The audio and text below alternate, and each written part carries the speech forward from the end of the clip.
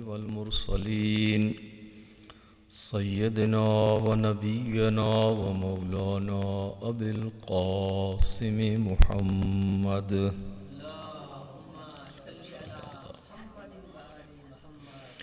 وآله الطيبين الطاهرين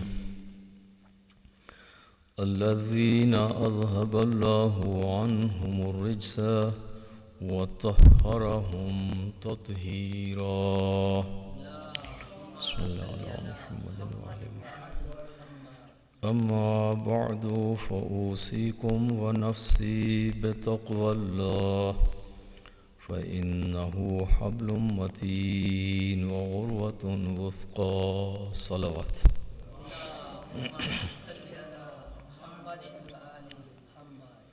Dear brothers and sisters in Iman, first of all I advise myself for taqwa, parhezgari and piety, and then I advise all of you for the same.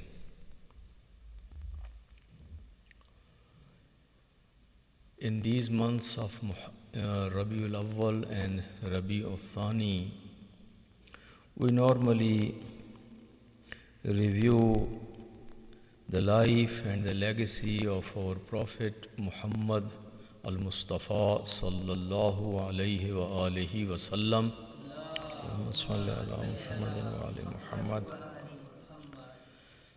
While the life and the legacy of Prophet is such a lengthy and very detail oriented with so much a project with so much details, we cannot look at each and every detail, and we cannot discuss or mention each and every information or piece of information from the life and the legacy of Prophet, but we try to every time look at different aspects, some different information, and try to again draw some lessons, because after all our Prophet was a role model for us, and we are supposed to always look at his life and his legacy and his example and try to lead our lives in the light of his life. We discussed last time that he began his prophetic mission with one woman who was his own wife, Ummul Mu'mineen Khadijatul Kubra, with one boy who was 10 years old, who was under his own custody, who was being raised by himself at his household, who was his cousin, son of his uncle Abu Talib. This young boy was Ali ibn Abi Talib alayhi salatu wassalam. Sallallahu alayhi Muhammad. And then there was a slave by the name of Zayd bin Harisa, who was slave of Ummul Mu'mineen Khadijatul Kubra, and he was also part of that household. So these were all the people in the beginning. When Prophet started his global mission, he started only with this one woman and one child and one slave. And you can understand the value of women in that society, the value of children in that society, and value of slave in that society. So although these were the only three people with him, but in the Arabia, even today, women don't really carry a lot of importance. Alaykum salam. Even in today's modern society, the women in Saudi Arabia, for example, they just got the permission a few years, I think couple of years before, that they can drive or they can travel just by themselves. So this is what we can understand. Even 1400 years later, the status of women in that Jahili society. And if Hazrat Khadija is standing with him as a woman, so we can understand that how much a woman can do in that society. And then if there is a child, he is also 10 years old, and in that society, the Jahili society, children in Arabic language, there is a word for a boy, and that is a ghulam. And for a girl, it is a jariya, even if it is your own daughter. So how many jariyas you have? Meaning your sons and your daughters are also considered as your slaves and your slave girls. So that was the culture. Meaning, yes, there is a son and there is a daughter, but that son and daughter, they have no say. Parents are going to decide, the elders are going to decide, the shuyukh and mashayikh are going to decide. The poor children had no say. And a boy at the age 10 cannot be a mover and shaker, for example, in that society, or really cannot bring much to the table. The third person is a slave. So he, of course, being a slave, so what can he do in that society where he is being purchased and sold and has no say for himself? So you need to understand that when Prophet is starting this mission, how much resources he has. Altogether he has 3 people, one is woman, one is child, and one is slave. So if you put all these 3 together, they cannot become equal to one man. So basically, Prophet is doing everything by himself. And then of course, these 3 people, they did their best, whatever they could do, to stand with the Prophet. But my point right now is to just give you the real idea that when we say these 3 people, these 3 are only, again, numbers. But in that society, in that culture, these 3 also didn't mean anything. So Prophet has to do everything just by himself.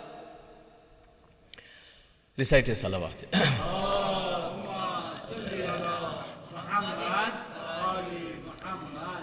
Then, for many of us, when we do something good in our life, if it is a noble thing, if it is a good thing, we think it should be very easy. Because we are doing good thing, we are doing something very noble. Everybody will appreciate, everybody will lend their hand, everybody will help, nobody will have any problem with it, nobody will bother us. And meaning, because we are doing something for society, we are doing something for family, we are doing something for community, it is all about service, it is all about good. So it should be just by the push of button, here we will start, here we will accomplish. And then if we face some resistance, if we face some hardships, if we face some difficulties, we are heartbroken. That I can't understand. All what I want to do is good. All what I want to do is to serve. All what I want to is to bring people together. All what I want to lift these people up. And why they are not taking it, why they are not listening it, why they are not supporting, why they are not lending their hand, why they are not giving me their support while this is all good. So we need to go back and see this Prophet of Allah, all what he wants to do is good. All what he wants to do, good for his family, good for his tribe, good for his city, good for his state, good for humanity, good for society. And he is there to serve, he is there to uplift this community and this society and enlighten it and educate it and to make it to bring it to an advanced level of their living and business and whatever they were doing. So it was all good. But what is the response? So do you see that here he was able to go ahead and then everybody will just run and they will take it? So we need to be a good student of history. History is very important for all of us to always be realistic, and whatever we are thinking about future, so always as we are driving, while we are looking on the road, but there is a little mirror which we look the back also. And you cannot really drive properly if you don't look into both, if you don't look to the road and if you don't look in that little mirror which shows you behind. It's very important to have the view of this back. Same is that if we are doing anything in society at smaller level or at bigger level, so we should have always a good sense of history. And we should know that how many people before us have tried to do the same thing what we are now going to do. And we will find out that we are not the first person. Many people before us have already tried, and they have started same thing or similar things. And then we should know what has happened to them. We should know their success, their failure, and the reaction of people and how much. And you will see that, as they say, history always repeats itself. You will see same and again the same experience. Humanity has not changed. These are just only words and slogans that, oh, this is a new world and this is a new society and there are new realities. The world is again the same as it was thousands of years before and ago. The harsh and the hard realities are the same. So, whenever you start a mission, a good mission, and as Prophet started, so for first 3 years, he couldn't even share this message openly with everyone. Even if this is a good mission, if it is a good message, it is connecting the creatures with their creator. And it is all about good, morality, nobility, charity, dua, worship, cleanliness. If you read the first surahs which were revealed, Surah Alaq, Surah Muzammil, Surah Muddassir, and all those previous, the surahs which were revealed in the beginning, they are all talking about good human morality, good human traits, all about cleanliness, charity, kindness, dua, worship, and good things. There was nothing wrong. But society is so corrupt that Prophet cannot share this beautiful message with that society openly. And for 3 years, he has to keep it secret. He has to be very selective and to choose only a few people in the society with whom he can share this message for 3 years. Then, if you look at those people that who joined the Prophet at the initial stage, who were these people? There were about a handful people in Makkah and around the Makkah that who had abandoned the worship of idols. It would not make sense to them. When they had looked into it, They were curious minds, they were intelligent people, or they were people of good nature. Allah guided them. So they realized that these idols and idol worshipping and this doesn't make any sense. And they were now searching for the light and for the guidance.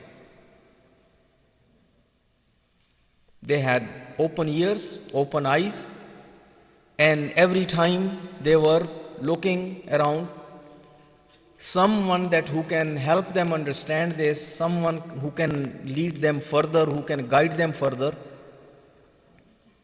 These were very handful people. Some of them had actually converted to Christianity, because at that time the other available option in that society was that if you don't want to worship these idols and if you don't want to be part of pagans, then you should be a Christian. So some of them had converted to Christianity. Some of them they had not converted to Judaism, but they would go and associate and spend some time with some Jewish scholars and try to ask their questions from them. And they were kind of lost. So the first group of people who listened this call of prophet and responded to the call of prophet were these handful people, because they were already prepared for it.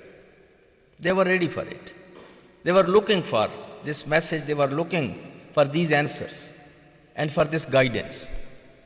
So they came to the prophet, and then, as we know, some slaves, some people who were poor and they were being exploited by society.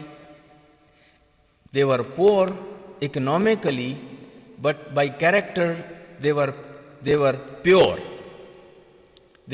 And you will find sometime people that they are poor, but they have pure hearts, they have pure minds. They are pure by character. Even if they are poor, they don't commit crimes and they don't like crimes. And they maintain that character even with poverty. So these few people, they also joined the prophet. And again, if we look at this whole group of people, the best help which prophet found, it came from within the family, and the worst enemies which he had got, those were also from within the family. And both are uncles. So there is Uncle Abu Talib and there is Uncle Abu Lahab. And that is another fact, that whenever you will start something, a mission, a movement, anything big to change for good, your best help will come from within your family, and your worst enemies and resistance will also come from within your own family. Your own family will be the first one to either support you or to stone you. And this is also a proven fact, meaning history always repeats. You will have always some cousin, some uncle, some niece, some nephew, some real brother, some real sister, brother-in-law, sister-in-law, someone who will just come and stand with you, and someone from the same group of people who will stop you and who will engage against you. So, Prophet was told by Allah subhanahu wa ta'ala that before you reach to the general society, وَأَنذِرْ عَشِيرَتَكَ الْأَقْرَبِينَ, you reach out to these relatives, people who are near in kin with you, and warn them. And first you start with them. That's another history, that's another lesson of history, which Allah subhanahu wa ta'ala has taught us, and our Prophet has showed us that whatever good you want to start with yourself, and with your immediate family. This is the right order. If you want to see success and if you want to see eventually a rapid success, and whatever success you make, it is solid. So always first with yourself, then with your immediate family, then extended family, and then your neighbors and friends and the local community, and this is how it goes. This is so simple and so obvious, written in our every book of history, but this is a fact which 99% of us always overlook. First of all of us, we want to do good and we want to change the community and we want to change the society and we want to change the world, but most of us will not start with our own selves. We will not start by ourselves. We will always feel that, yeah, I know my weaknesses, I know I need to change, but meaning changing myself is not a difficult thing. Whenever, inshallah, I will get chance, I will sit down, by the push of button, I will be totally a different person. I will change. I don't have to worry about that. It is just, as they say, it is done deal. But inshallah, later sometime, when I will get chance. But let me first change my wife. Let me first change my husband. Let me first change my children. Let me first change my brother or my sister. Let me first change my friends. And from the very beginning, we go against the sunnah. We go totally against the pattern which Allah and His Prophet had shown us. They say it's a very common sense thing, that if you got something which is best of the best in this world, with whom you are going to share it in the beginning or at the first? You are going to share with your immediate family. If this is best of best something, you found it, and now it is in your possession and you want to share, so you will take first home. And you will try to share with people at home, and then if there is some leftover, then maybe you will think about some other relatives or friends or people. Otherwise, you will not even take to them. You will keep the whole thing for yourself. It is so good, so precious, that this is only for you and your family. But when it comes to guidance, when it comes to Islam, when it comes to religion, when it comes to change, when it comes to Islah, when it comes to those things, our family is normally the last, the last thing that we are going to approach to them.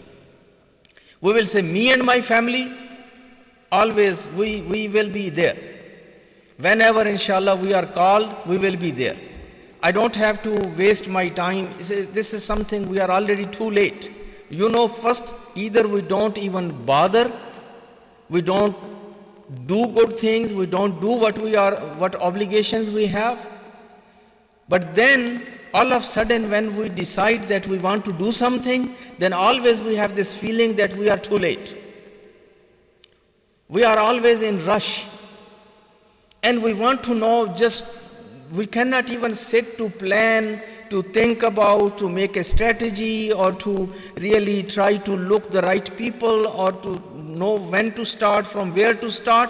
Then, because this idea has come in my mind about something good, so then I cannot even wait until tomorrow. I have to start instantly and right away, because it is so good idea. Prophet waited for 40 years. Again, the example is Prophet. Prophet had this good idea. We as Shias don't believe that Prophet, he got his lottery after 40 years and he became all of a sudden a prophet of Allah or messenger. We Shias believe that he was a born prophet. And he knew what he was going to do. He knew what was wrong in the society and what good he can do and what he is planning to do. But 40 years, Prophet was with himself. He didn't share this with anyone. He didn't preach. He didn't go out and lobbied. He didn't start his mission for 40 years. He could he could sleep with that idea, or he could sit on that idea. But we cannot sit even for one night. Just a noble thing, a good idea, if we get from somewhere that there is something good which we can do, a new anjuman, a new idara, a new organization, a new center, a new something in this day and age, it doesn't cost much. It's all just the electronic thing or on the social media, or meaning just go and do something and here is .com. But we cannot really plan well. We cannot make a team. We cannot make a strategy. And most importantly, we are in rush of getting those rich people and influential people in our network, and our family is going to be the last one that who will hear that we are doing something, and they will hear from others. You understand what I'm trying to say? And this is meaning, just go and see, you ask, most of the people do the same thing. Even people in my libas, Sheikh Rizwan is mashallah exception to the rule, and I don't know other than him that if there are many people like him. But even in our profession, there is a joke in Qom, these teachers who were used to teach the Quran to the children at their residences, they would get hired by the families to please come and teach our family or our children this Quran at our home. When they would gather, they would ask each other, so what are your children doing? And all these tutors would tell them that, yeah, I'm looking for a good teacher to come and teach my kids at my home. I'm looking for a tutor, desperately, that who can come and teach my kids how to recite Quran. But I am teaching the half of Qom, for example, and going and teaching Quran to all these people everywhere. But I have no time to teach my children, my wife, my mother, and my father, and my children at the beginning. So I am very much in rush of educating the community, very much in rush of educating the society. But when it comes to my own family, I don't have time. They have to do it at their own, or I have to find them a teacher that who will come and teach them. And this is, I'm telling you, just meaning the personal experience. And this is not me. This is the entire sinf, the entire, for what you call this whole profession.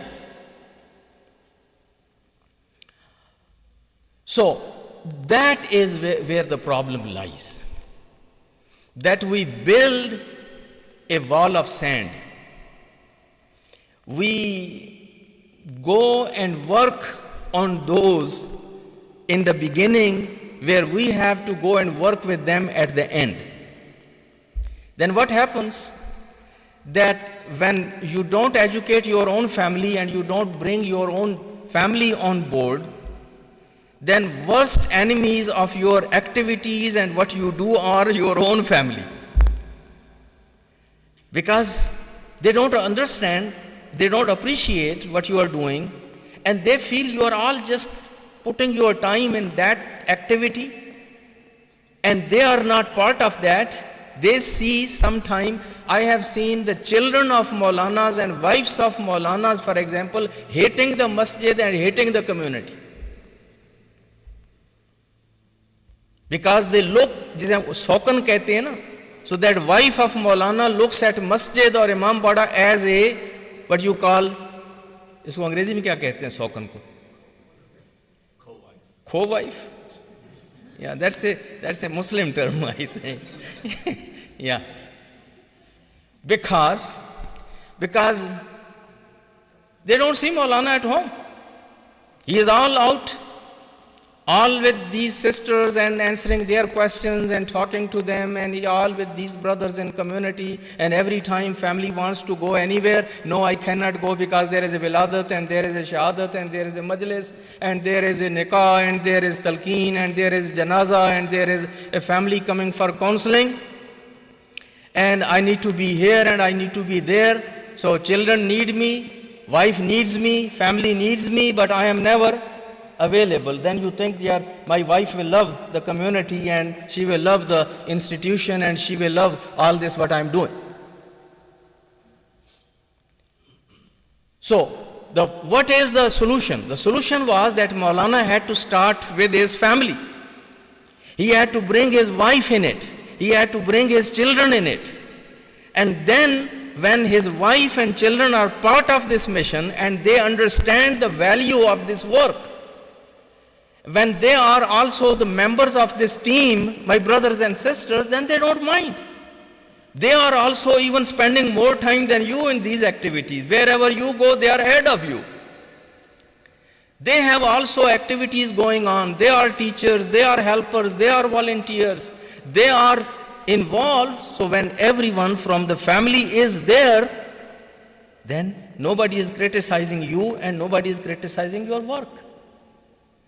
Most of these people that who are trustees of these big centers or Imam Bargahs, organizations and directors, I'm telling you because I worked with all these institutions coast to coast.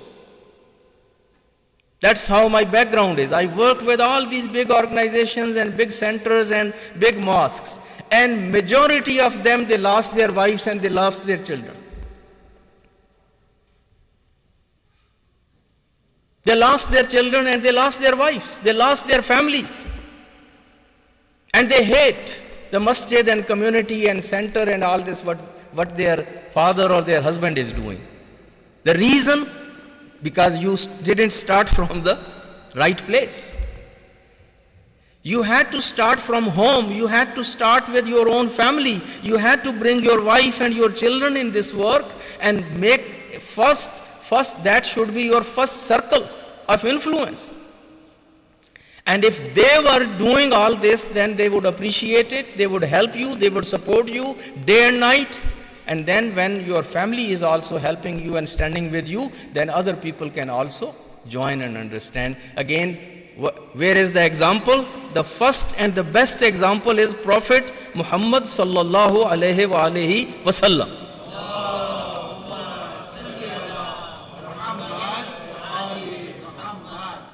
His own wife,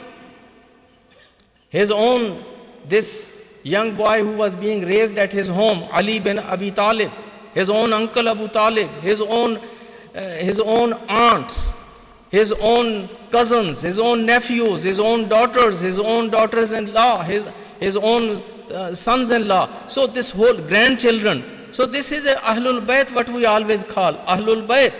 Every time where he is going, Ahlul Bayt are with him. So then what happened? Even when he left this dunya and he died and he passed away, what happened? That whenever this deen, this mission, this community needed the blood, they needed shahadat, they needed shuhada, who was there? It was Fatima, it was Ali, it was Hassan, it was Hussain, it was Zainul Abidin, it was Zainab, it was Kulsum. No one, people in Medina were sitting when Yazid was getting into the government. Everybody was scared. Oh, Yazid will kill. And Yazid is a dangerous man. And we don't want to get into this. But then the family of Prophet leaves Medina, goes to Makkah, comes to Karbala. This is how he had prepared his family. This is how he had prepared his family, and his family was always there. The first responders were the Ahlul Bayt Muhammad Mustafa sallallahu alayhi wa alayhi wa sallam.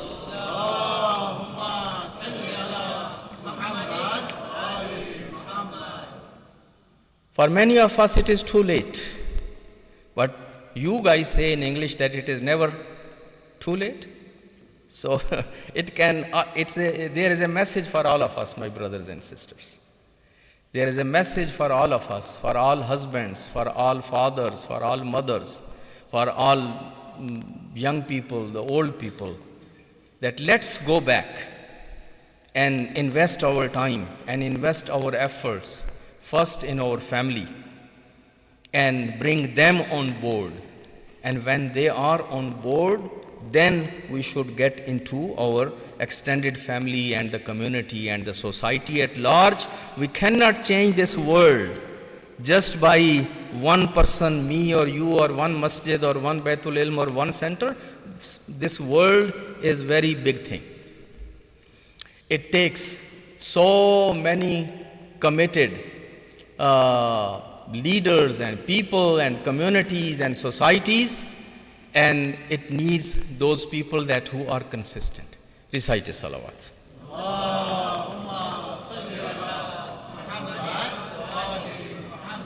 أعوذ بالله من الشيطان الرجيم بسم الله الرحمن الرحيم والعصر إن الإنسان لفي خسر إلا الذين آمنوا وعملوا الصالحات وتواصوا بالحق وتواصوا بالصبر. اللهم صل على محمد وآل محمد. اللهم صل على محمد وآل محمد. اللهم صل على محمد وآل محمد. أعوذ بالله من الشيطان الرجيم بسم الله الرحمن الرحيم الحمد لله الذي لا إله إلا هو الحليم الكريم غافر الذنب وقابل التوب وهو الغفور الرحيم إن الله وملائكته يصلون على النبي يا أيها الذين آمنوا صلوا عليه وسلموا تسليما. اللهم صل على محمد وآل محمد. اللهم صل وسلم على سيدنا ونبينا ومولانا أبي القاسم محمد. اللهم صل على محمد وعلى أمير المؤمنين وإمام المتقين علي بن أبي طالب. اللهم صل على محمد وآل محمد. وعلى سيدة نساء العالمين فاطمة الزهراء. اللهم صل على محمد وآل محمد. وعلى الحسن والحسين سيدي شباب أهل الجنة. اللهم صل على محمد وآل محمد. وعلى علي بن الحسين ومحمد بن علي وجعفر بن محمد وموسى بن جعفر وعلي بن موسى ومحمد بن علي وعلي بن محمد والحسن بن علي. اللهم صل على مولانا صاحب العصر والزمان. اللهم صل على محمد وآل محمد. وعلى آبائه الكرام ما اتصل الليالي والأيام. صلوات. اللهم صل على محمد وآل محمد. Dear brothers and sisters, in the second khutbah of Jumma, I don't have any time left for any details, but I'm sure all of you are following the news and you know what's going on. And it's basically the same thing which is going on from now more than 1 year. From the 8th of October until today, these are the barbaric attacks on the helpless people of Gaza, Palestine, and now also in addition to that, those innocent people of Lebanon and people in Sham, Syria, and also in Yemen. And as you are hearing that they were bluffing a lot about attacking on Iran and destroying this whole Beirut, then he is trying his best, but looks like it's not that easy that as he had thought in the beginning. He had thought that he will go and destroy Lebanon also in the same way as he has been doing in Gaza. Although Gaza is still fighting back, the people of Gaza have demonstrated the historic bravery, resolve, and commitment. And yes, more than 50,000 people are martyred, but numbers are much more than that, because thousands of people are under rubble and they are not counted. Then thousands and thousands and thousands of people are injured and severely injured. The environment is also made so dangerous for people to breathe or to live there. And similar things are now starting in Lebanon. But people of Lebanon, again, this is not first time that they are facing this fascist regime. They have a history with them and they know them well, and they have defeated them in past, and for sure they will defeat them again, and this time is going to be even a bigger defeat for the Zionist regime even in Lebanon.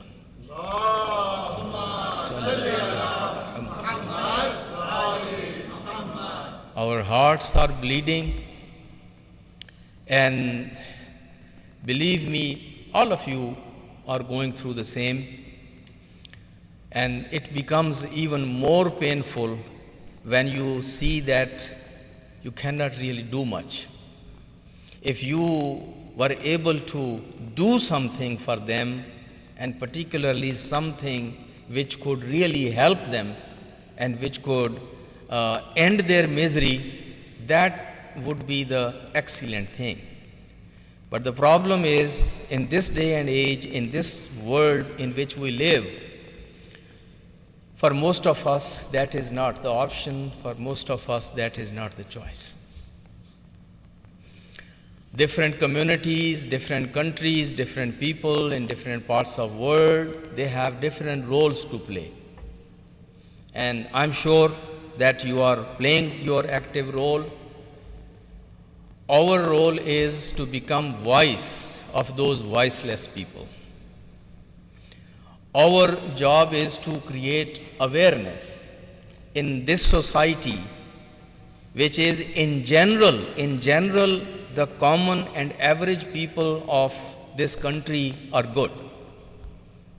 All of us, we have wonderful neighbors, we have wonderful colleagues, and we have so many people that from whom we seek services, our vendors, our partners in many businesses, in many areas, and most of those people are totally unaware what's going on, or they are given the misguiding, misleading, and wrong information.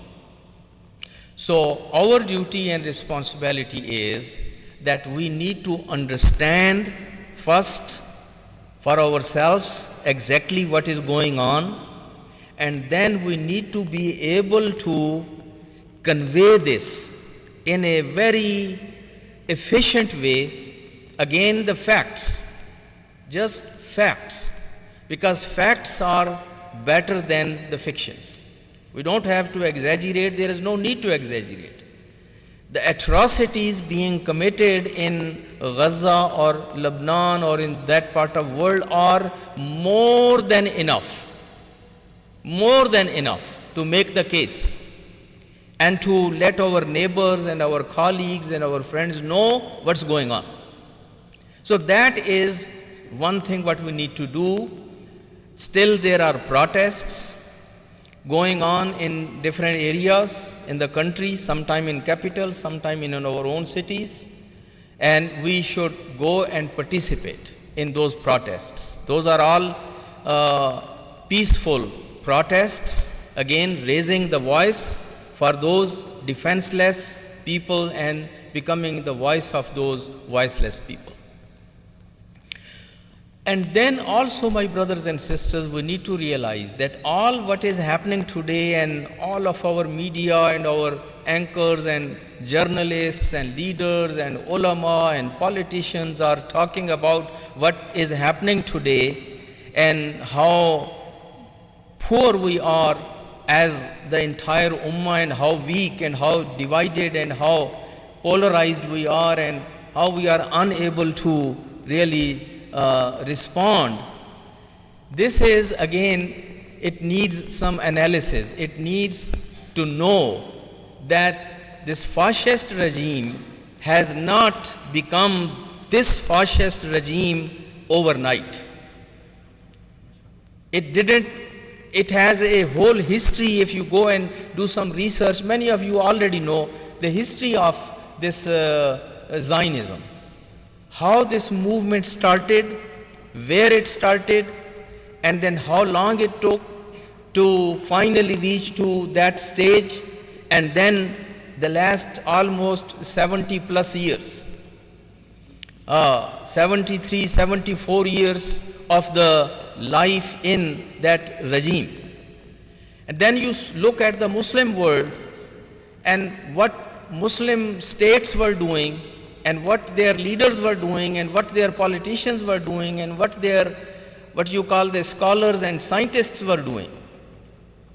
And basically, if you see, with few exceptions, we were not doing anything. Nothing was being done.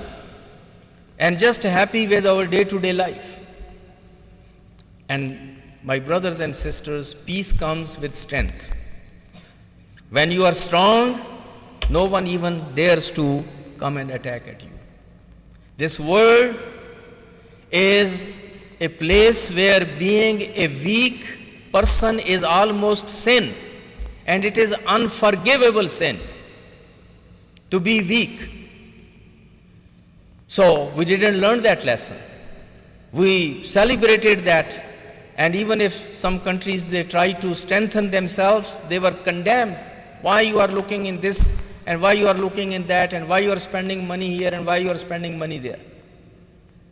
While Quran teaches us, Hadith teaches us, Prophet teaches us that you need to be the strongest people on the globe if you want to enjoy a peaceful life and if you want to play your role. It's not to conquer the world, it is to protect your own freedom, to protect your honor, to protect yourself and your families and your interests. You cannot do that. Weak people and weak families and weak communities and weak nations have no future. They are always begging for ceasefire, begging for ceasefire, begging for ceasefire. If these were strong communities and strong states, they didn't have to beg for ceasefires. But the problem is that we didn't do anything, and today we are facing. So we need to learn lessons. Yes, we cannot all of us together, meaning get that strong overnight, but we need to understand our weaknesses. We need to understand from where to start, how to build, how to rebuild ourselves, our families, our communities, our states, our societies, and how we need to be the people that no one can come and do this against them, as Israel is today doing with these people in Gaza or in Lebanon or in other places. So with that, I will conclude. There are so many things, inshallah, we will be talking about, but children need to do their job, as they need to be the best students in their school. They are the future, and they need to become the best scientists. They need to, inshallah, become those shining stars of Muslim community and Muslim society. They will be, some of them will become scientists, some of them will becoming lawyers, some of them will be becoming business people, and they will, inshallah, strengthen the community, and they will, inshallah, bring more influence in the community and in the world. Youth, they have their role. Parents, please help your children. We may not be able to go and help somebody else's children, but at least we can help our own children. Helping children is not only providing them grocery, or only providing them toys, or only providing them the luxury.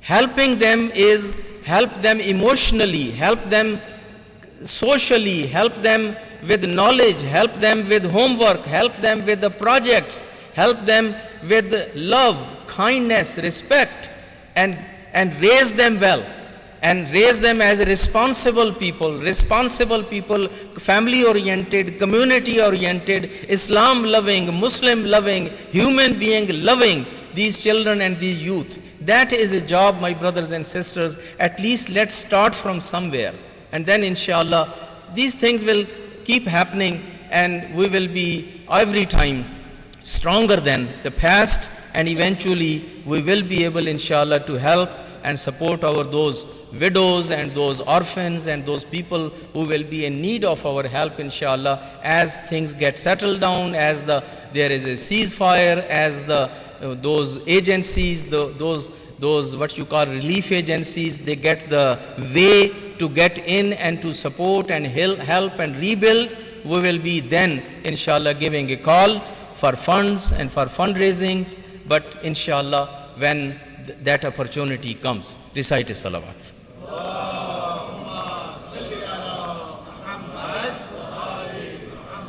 أعوذ بالله من الشيطان الرجيم بسم الله الرحمن الرحيم إن الله يأمر بالعدل والإحسان وإيتاء ذي القربى وينهى عن الفحشاء والمنكر والبغي يعظكم لعلكم تذكرون.